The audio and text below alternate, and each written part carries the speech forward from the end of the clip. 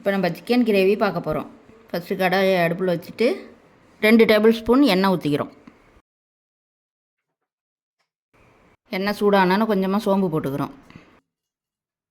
இப்போ ஒரு பிரிஞ்சி இலை, ஒரு கல்பாசி, 2 பட்டை துண்டு, ஒரு நட்சத்திர சோம்பு, கிராம்பு.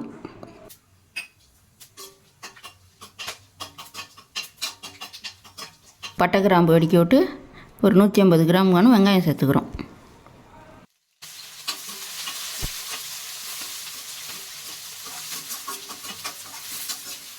வெங்காயம் 5 நிமிஷம் வதங்கினா போதும். அதுக்கப்புறம் 2 ஸ்பூனு இஞ்சி பூண்டு விழுது போட்டுக்கிறோம்.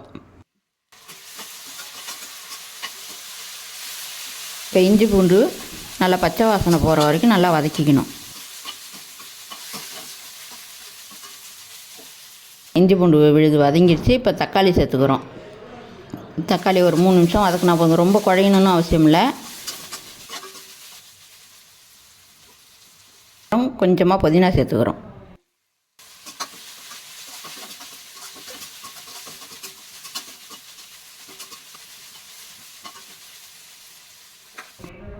இப்போ 1/2 ஸ்பூன் மஞ்சத்தூள், 1 ஸ்பூன் கரம் மசாலா, 1/2 ஸ்பூன் ஜீரகத்தூள், 1/2 ஸ்பூன் மிளகாய்த்தூள், 2 பச்சை மிளகாய், 1 ஸ்பூன் மிளகுத்தூள். மிளகுத்தூள் 2 ஸ்பூன் போடுறேன்னு நினைக்க வேண்டாம், இது சின்ன ஸ்பூனாக இருக்கிறதுனால 2 போடுறேன். கொஞ்சமாக கருவேப்பிலை சேர்த்துக்கிறோம். சிக்கனுக்கு தேவையான உப்பு 1 ஸ்பூனுக்கான சேர்த்துக்கிறோம்.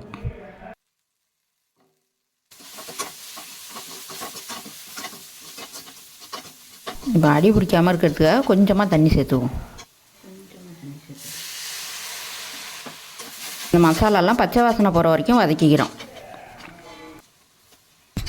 இப்போ 1/2 கிலோ சிக்கனை சுத்தம் பண்ணி வச்சுருக்கிறேன். அப்போ அதை சேர்த்துக்கிறோம்.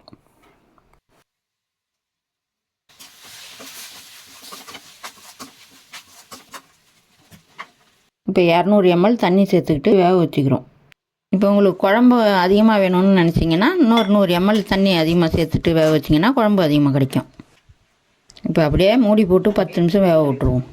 இப்போ சிக்கன்லாம் வெந்துருச்சான்னு பார்ப்போமா? ஆஹா, நல்லா வாசம் வருது.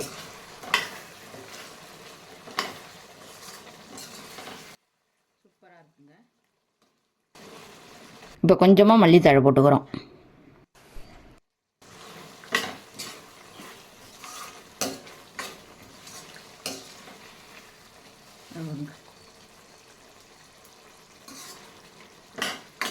இந்த வீடியோ உங்களுக்கு பிடிச்சிருக்கணும்னு நம்புகிறேன். பிடிச்சிருந்ததுன்னா எனக்கு சப்ஸ்கிரைப் பண்ணி சப்போர்ட் பண்ணுங்கள்.